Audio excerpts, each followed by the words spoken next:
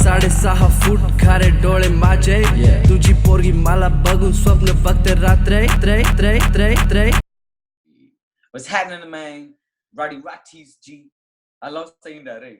Rowdy Rathis. Rati. That kind of reminds me of Migos, G. That way. Yeah, G. What's poppin', man? Mob in the mix. Rati. Gee, that's my new favorite ad-lib. Rati. You know what I mean? Rati. Rowdy Rathis, G. My favorite ad-lib is Aiga. Have you guys heard that? No, man. It depends on how you pronounce it, though. What do you mean? Aiga. Yeah. I didn't say it like it wasn't that intimate. You know why? Because like when you get hurt, like Aiga. Yeah, it's like that. You're taking a dumb G, like Aiga.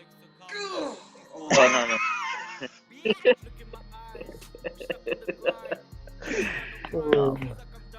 Luckily, I didn't record it like that. I just recorded myself saying it into the mic. How do you say it though? How do you say your ad-lib? Just how I said it before. Aiga. Yeah. That's a very. Because I was thinking of something Marathi way of saying. But yeah, man, that's probably my favorite ad-lib. Aiga. You know, this morning, bro, I just found myself like I think I was daydreaming while waiting for my kettle to boil up for my bloody coffee, and I just like subconsciously started saying and I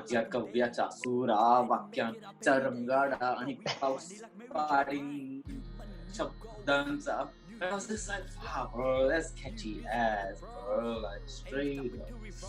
Yeah, I had an idea for that. Like someone who's a good artist can paint a picture of that, like of that scene that you just said. That looked mean. I can visualize it, bro. I can actually visualize it, like the tank and the raindrops, and it's like war zone. I'm just like, oh. Yeah, straight up. That's gang shit. Poetry, right? In a way. Actually, yeah. And it's like a mix between verbal and visual poetry. You know what I mean? That's yes. That's some trippy shit. And then I started thinking about how would I use that concept in flirting. You know what I mean? You're saying that you make it rain words and your sentences will make a tank and blah blah blah. And I was like, what is that about? Because what you're doing is you're not actually saying crazy bars, but it sounds cool because you're describing how you'd come at people, like how you actually use your words. That's what you're doing. It's like, then imagine us not actually saying amazing pickup lines, but we're talking about how we would flirt. You know what I mean? Like, or how we would make love, so to speak. You know what I mean? Like, gee. Like, well, I just started thinking, you know, and then the first messed up thing, the fucked up thing is the first thing that came to my mind is, ooh, I will feel like ice cream inside you. And I was like, oh, I don't know. What? The fuck? I don't know. I was like, I don't know if girls would like ice cream inside them. You know what I mean? Like, it's a bit too cold, I think, yeah. Because I was thinking of like something that comforts me, and ice cream does. Like, I take a bite of ice cream, like, nothing's better. You know what I mean? Yeah. Oh, ice creams. But speaking of that, like, you know, those lines, it's like there's a very like aggressive lines, right? And they sound very violent in a way. But what I was trying to play, I don't know what the right word is, but it's like I was trying to do like a paradox where I don't think I'm a very like violent person or anything, but I wanted to use those violent, like, violent. I didn't say violent. But I wanted to use those, like, you know, those like very descriptive and like aggressive words. Words? What? Words. See, what I wanted to do is I wanted to use those like really aggressive ideas and frame it in such a way where, you know, it describes me as being a peaceful person, but using those like ideas. I don't know if that makes sense. It does, because it. Oh, gee, you know what? Actually, it sounds exactly like how the people in Wild 'N Out, when they battle, they be like, "Oh, my words will cut your throat and stab you and then steal your money and bang your wife or whatever." But that's how they, you know what I mean? They're saying that about their own words. Like a lot of battle rap people do that. And I've seen, when I watch Gully Boy, goes hard. But even in that, bro, the battle rap scenes in that almost looks like a copy of 8 Mile. You know what I mean? But like, oh, choke, and I was like, bro, that's when Eminem choked in his first battle, and that's what happens to the Gully Boy dude, doesn't it? Doesn't it remind you of that? A little bit. I think it's taken elements from like lots of different hip hop movies. Because it's the first like. But they fucked it up. And you know why they fucked it up? Because let me tell you something. The main actor who was in Gully Boy, he was way too pretty for that role. No, I'm being serious.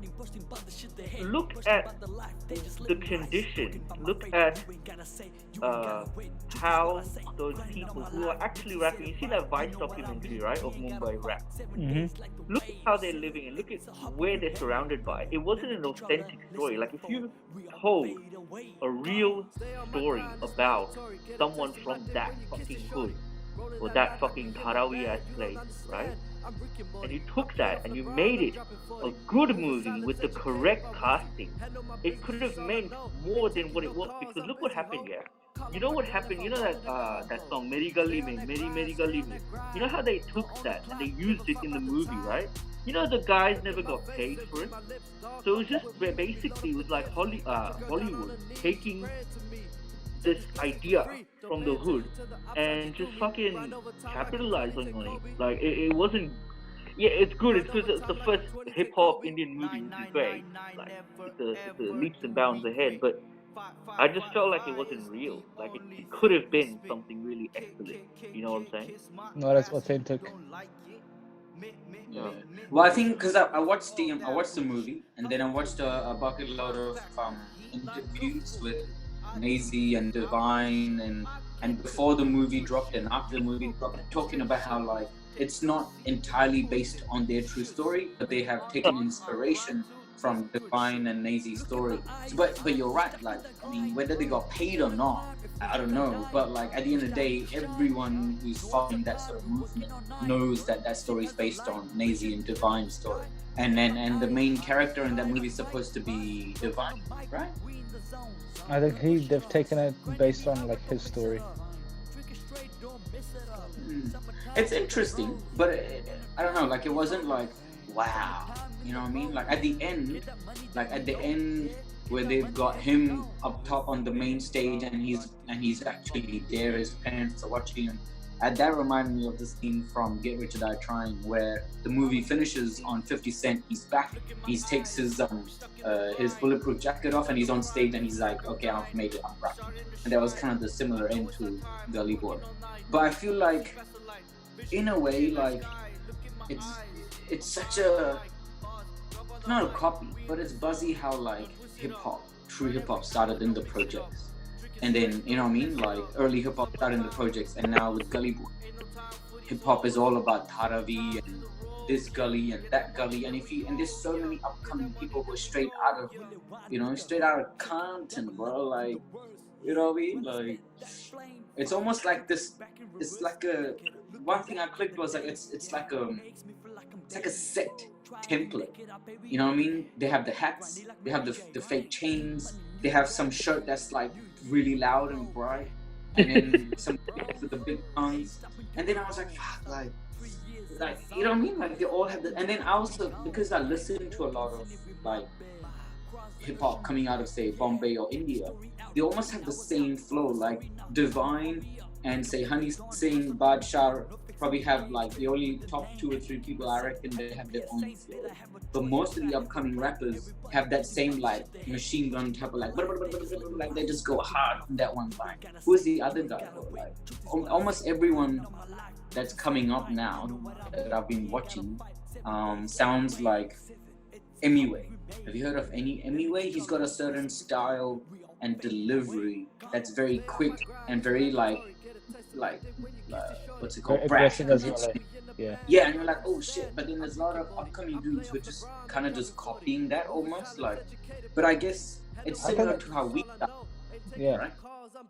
I think it comes to like the influence of hip hop as well, because in India, I mean, this is at least my understanding. I think the influences of hip hop in India is still very like old school compared to a lot of what we listen to. Like, you know, Yeah.